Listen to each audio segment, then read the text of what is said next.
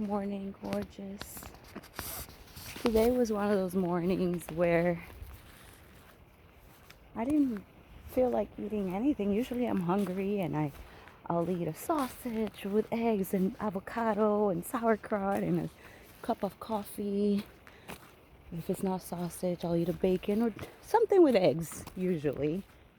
But I was just not in the mood. Not in the mood for eggs or bacon or sausage. I literally had a cup of coffee with a gluten-free cookie called Snickerdoodle, which was actually quite delightful.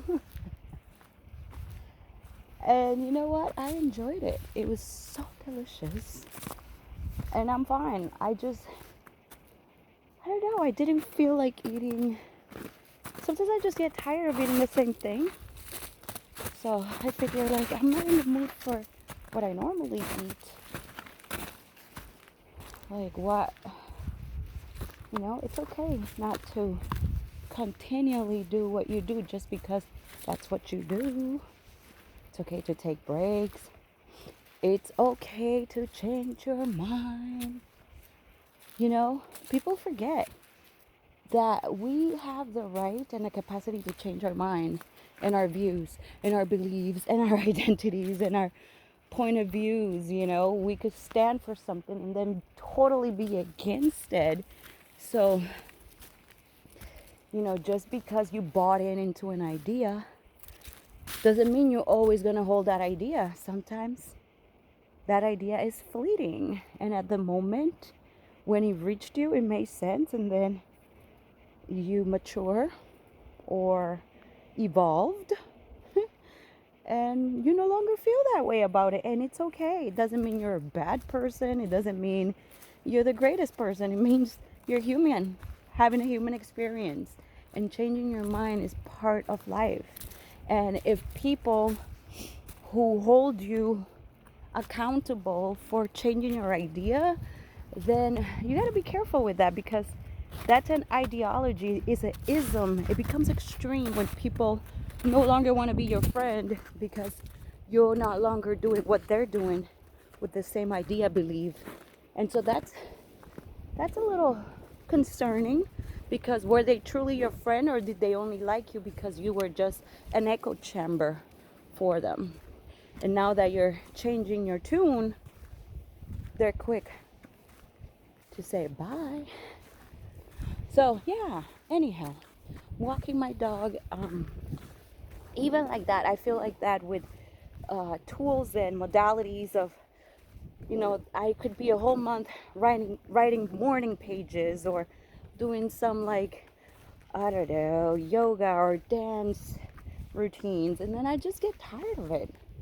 And sometimes I just don't want to do shit. Literally, I just want to binge on some show or just look out the window, or I don't know, just like be a couch potato. And that's okay too. We have moments like that. We have to allow ourselves to not always be consuming and doing, and allow ourselves to be, because we are human beings, not human doings. And if we are carrying grief, which is, there's a lot of grief going on, grief is slow. Grief is an emotion that comes when it wants to, without warning, and it just kind of like really pauses you, and overwhelms, and just, you'll do things in grief that you didn't think you were capable of.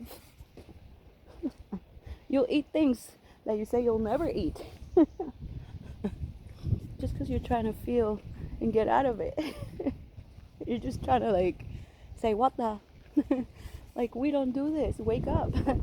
And it's okay. We're just coping. We're coping with it. And that's why it's important to let our grief be felt all the way. And also, we can make beautiful art and be creative with grief.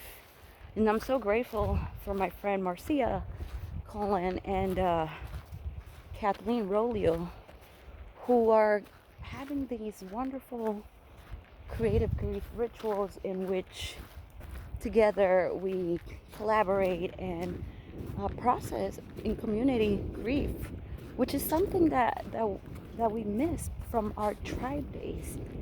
Uh, sometimes we're super isolated, and most of us might deal with grief alone, and we know how to do it well. Let me tell you, grieving in community also has its benefits, and you're not alone. And yeah, I guess that's all I wanted to say. There's so much always to say, but I'll keep it this short. Have a beautiful day, gorgeous. Bye.